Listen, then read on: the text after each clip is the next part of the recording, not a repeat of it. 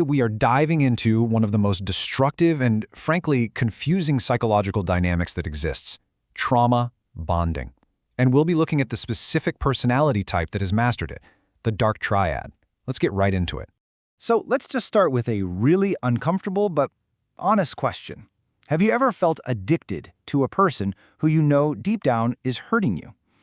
It's this intense, confusing pull that feels absolutely impossible to break, no matter how much your logical brain is screaming at you to run. If that feeling rings a bell, I want you to hear this. What you're feeling isn't just a complicated relationship. It's not passion. It's a carefully set psychological trap designed specifically to keep you hooked. So the real question is, who sets a trap like this, and how exactly does it work? To really understand the trap, we have to start with what it feels like to be caught in it, because it almost never starts out feeling dangerous. No, it usually starts with this incredible, almost dizzying attraction. Just picture this for a second. You meet someone, and the chemistry is just off the charts. For weeks, they're blowing up your phone, telling you you're amazing, everything you've ever wanted to hear. And then, poof, silence. You've been left on red for hours, maybe a whole day. You immediately start to panic, right? You're scrolling back, rereading everything. Did I say something weird? And just when you're about to lose it, a message pops up. Hey, was just thinking about you. And that feeling of relief, it is absolutely overwhelming. This cycle, this is the entire engine of the experience. You have these unbelievable highs where you feel so loved and seen, followed by these crushing, silent lows that make you doubt your own perception of reality. That emotional whiplash is so intense, it can literally make you feel like you're going crazy. Now here's where it gets really interesting. The person creating all this chaos isn't just moody or complicated. They are, whether consciously or not, running a very specific psychological playbook. So let's pull back the curtain and unmask the three main behaviors they use, the three faces of their control. So first up, we have the face of vanity. This is that incredibly charming, magnetic personality that probably got you hooked in the first place.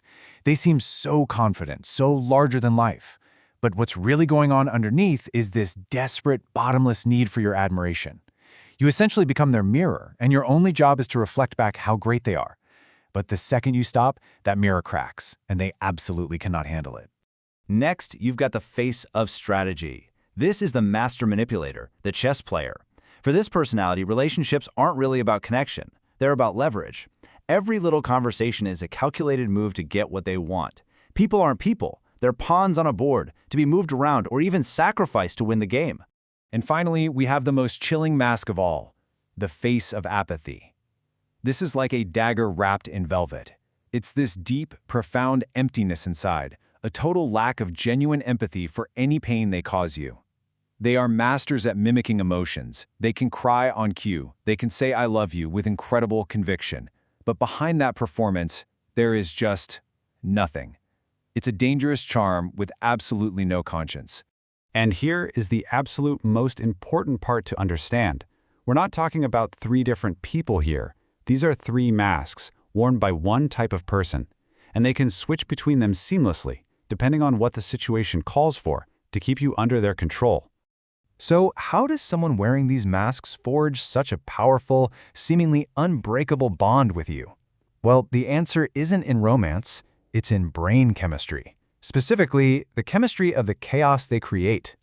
It all comes down to a four-step cycle that is as addictive as any drug. First is idealization.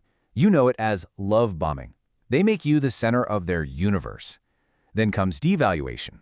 They start to pick you apart with little criticisms, making you question yourself. That's followed by the discard, where they just vanish, leaving you in a state of pure panic. And then, right when you think you're finally moving on, comes the hoovering. They pop back up, charming as ever, promising to change, and suck you right back in. This unpredictable pattern of reward and punishment, it gets you hooked.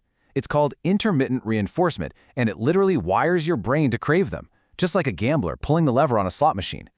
Which brings us to the biggest question of all, right? Why does this insane pattern, which looks so destructive from the outside, feel so compelling, so impossible to leave when you're on the inside? It's because this whole twisted game, it has a name. And when we connect all the dots, the manipulative behaviors, the addictive cycle, we can finally see the trap for exactly what it is. You remember those three faces we unmasked? Well, they have clinical names. The face of vanity, that's narcissism. The face of strategy, that's Machiavellianism. And the chilling face of apathy, that's psychopathy. Together, psychologists call this toxic cocktail the dark triad.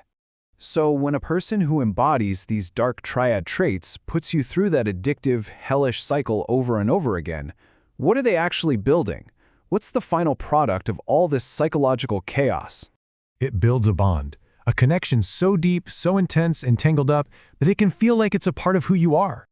But, and this is the critical part, it is not a bond of love. It's not built on respect or care or trust. It is a trauma bond. It's an attachment that was forged in the fire of intense, chaotic, and shared traumatic experiences. And here's the clinical definition. A trauma bond is a powerful psychological attachment where you form an unhealthy loyalty to the very person who is the source of your distress. You end up protecting the person who is hurting you, always hoping that those good times from the beginning will come back. Just understanding this, just being able to name it, that is the key that starts to unlock the cage. So what's the way out? Well, it all starts with one thing: reclaiming your own internal compass. See, after being in a dynamic like this, your own sense of true north is usually shot. You've been living your life according to their map, their reality, their moods, their rules. So the very first step toward freedom isn't about running. It's about realizing the map you've been using was designed to keep you lost. It's time to just put it down. And then you have to begin that slow, sometimes difficult process of learning to trust your own gut again. To listen to that quiet little voice inside you that they work so hard to silence. Because that voice, it knows the way. Healing from this isn't about finding a new map, it's about remembering you were born with a compass. So, we'll leave you with this final thought. The most important question you can ask yourself isn't, why did I stay for so long?